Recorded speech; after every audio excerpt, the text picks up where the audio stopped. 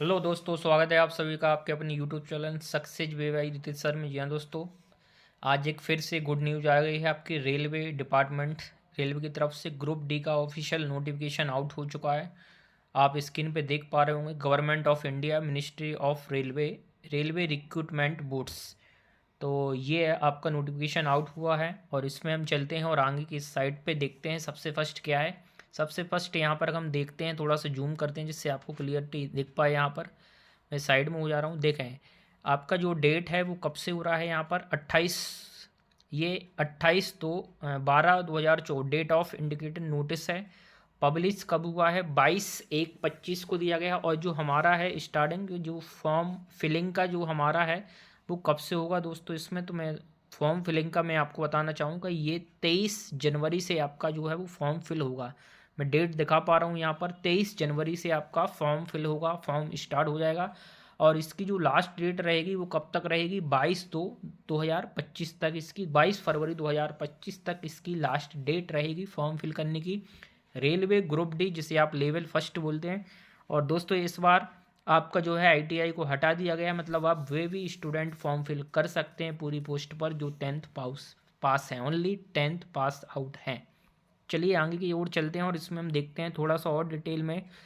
देखिए दोस्तों, ये आपकी सैलरी के विषय है। जो इनिशियल पे है आपके पास दिया गया है 18,000, और फिर इसमें अलाउंस एज है 18 से 36 दी गई है। टोटल वैकेंसी बात करें तो 32,438। दोस्तों कंपटीशन बहुत होगा क्योंकि पोस्टें ज़्यादा नहीं है, 32,000 है और इसमें करोड़ों में फॉर्म जाते हैं। आप दोस्तों देखते हैं, अगर लास्ट ईयर का आपने एनालिसिस किया हो तो हमें एक ही पोस्ट चाहिए। खैर आगे हम देखते हैं, यहाँ पर आपको एज रिलेशन भी दिया जाएगा। देखो लिखें, ये एक लाइन लिखी हुई है, अगर आप ध्यान से देख पा रहे हैं।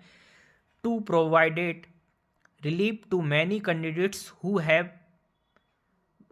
may have exceeded the age limit and missed the opportunity to participate in railway recruitment due to the covid pandemic. जो कोविड-19 आया था उसके कारण आपको जो प्रॉब्लम हुई यहाँ पर है, उसके लिए आपको एज में यहाँ पर मैं लिख सकता हूँ एज रिलेशन 3 इयर्स मिल रहा है एवरी हर कैटेगरी को, चाहे आप जनरल हो, एससी हो, एसटी या ओबीसी हो। तो सबके लिए ही वैलिड है, 3 साल ये आपको मिल रहा है एक्स्ट्रा। तो नॉर्मल जो होता है उससे आपको 3 साल उसमें और प्लस कर देंगे। इसके बाद चलते हैं दोस्तों हम सीधा ही, बाकी सिमिलर है आपका सिलेबस और आपका पैटर्न, एग्जाम पैटर्न क्या है इस तरीके से आगे। तो यहाँ पर अगर मैं चलना चाहूँ तो यहाँ पर थोड़ा सा चल रहा हूँ मैं आपके पास। देखिए ये आपका अलग अलग पोस्ट का है, मेडिकल्स वगैरह का है कि कैसे क्या होगा, ठीक है। देखिए मैं इसको हाईलाइट करता हूँ। देखिए लेवल फर्स्ट में आपका अगर आप देखें तो यहाँ पर क्या दिख रहे हैं इस साइड से, 18 से 33 आपका है और आपका 18 से 36 है, अलग अलग लेवल है, ठीक है। कुछ कैटेगरी आपकी अलग अलग है। तो इसमें अब थोड़ा सा और जाएं तो ओबीसी के लिए जैसे 3 साल का रिलेशेशन मिलता है, एससी एसटी के लिए 5 साल, तो ये एक्स्ट्रा रहेगा आपका जो रहता है। बाकी कॉमन 3 साल अभी सबके लिए यहाँ पर एक्स्ट्रा दिया गया है।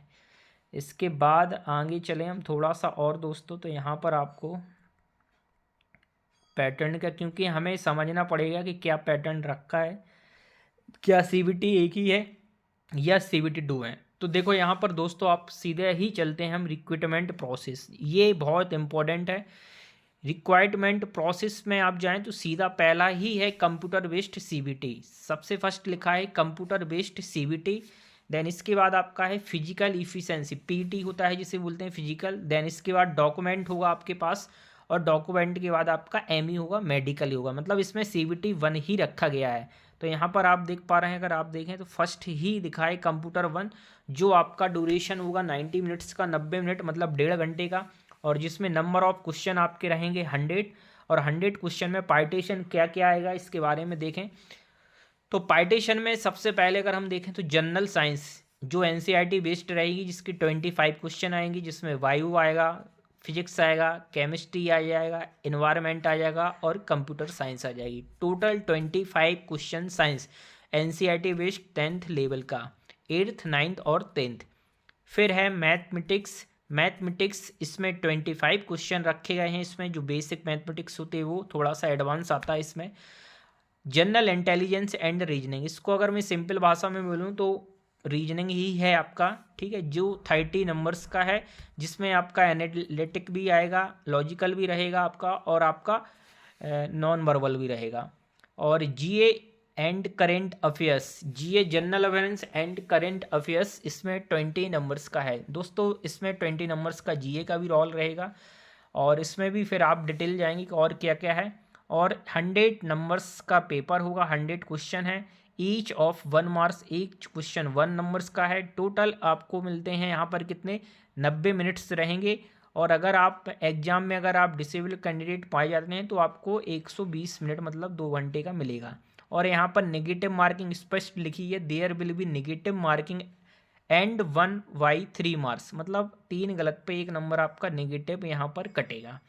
इसके साथ दोस्तों अब हम चलते हैं सिलेबस में। जैसे क्वेश्चंस हो गया आपका, पैटर्न क्या क्या, मैथमेटिक्स में क्या क्या आएगा। तो मैथमेटिक्स में आप स्क्रीन पे अगर देख पा रहे हैं ध्यान से, तो मैथमेटिक्स में नंबर सिस्टम है, बोर्ड मास है, डेसिमल है, फ्रैक्शन है, एलसीएम है, एचसीएफ है, रेशियो एंड प्रोपोर्शन है।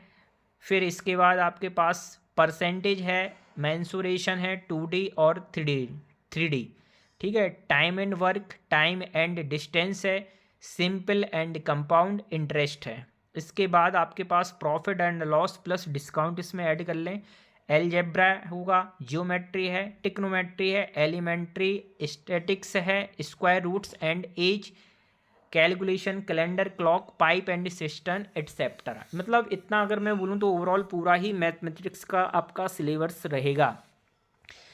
सेकंड ऑप्शन भी जनरल इंटेलिजेंस एंड रीजनिंग की बात करें तो एनालॉजी है, अल्फ़ाबेटिकल एंड नंबर सीरीज रहेगा आपके पास, कोडिंग एंड डिकोडिंग होना चाहिए, मैथमेटिकल्स ऑपरेशन होता है आपके पास, रिलेशनशिप, स्लोजियम, स्लॉक्स, जम्बलिंग रहता है, बैन डायग्राम है, डेटा इंटरप्रिटेशन है एंड सफिशेंसी है, डीआई बोलते हैं जैसे, कंक्लूजन एंड डिसीजन मेकिंग है, सिमिलरिटी एंड डिफरेंस है, एनालिटिकल रीजनिंग है, और क्लासिफिकेशन है, direction statement, argument and assumption है, कॉज एंड इफेक्ट है। इस तरीके से आपका लॉजिकल पूरा पार्ट रहेगा। जनरल साइंस में चलें तो देखें, आप देख सकते हैं the syllabus under this cell cover physics, chemistry and life science, botany, 10th standard level आपका जो साइंस है। General awareness and current affairs in science and technology, इसमें जो आएगा साइंस जी एंड टेक्नोलॉजी है, स्पोर्ट्स है, कल्चर है, और यहाँ एनी अदर सब्जेक्ट ऑफ इनको इकोनॉमिक्स, पॉलिटी है, मतलब हिस्ट्री वगैरह का कॉमन कौन सा ये चीज़ आएंगी, science and technology, sports, cultures, यहाँ से आपके 20 क्वेश्चन रहेंगे।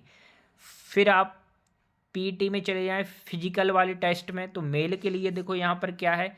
सबसे पहले तो मैं एक बता दूं, फिजिकल आपका केवल क्वालिफाई नेचर का है, इसका स्कोरिंग नहीं होना, स्कोरिंग जो होना है वो आपका CBT 1 से ही होना है।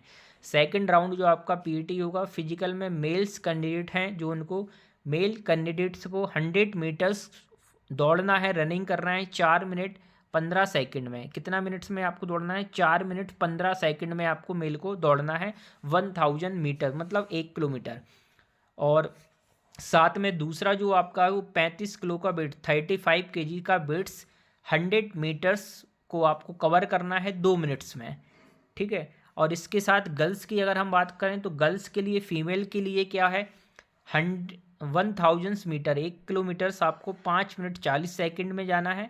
दूसरा 20 kg वेट्स लेके 2 मिनट्स में आपको 100 मीटर्स यहाँ पर लेके वेट लेके जाना है, क्योंकि ग्रुप डे की पोस्ट में आपको वेट ले जाना है, इसलिए वो पहले से चेक करेंगे।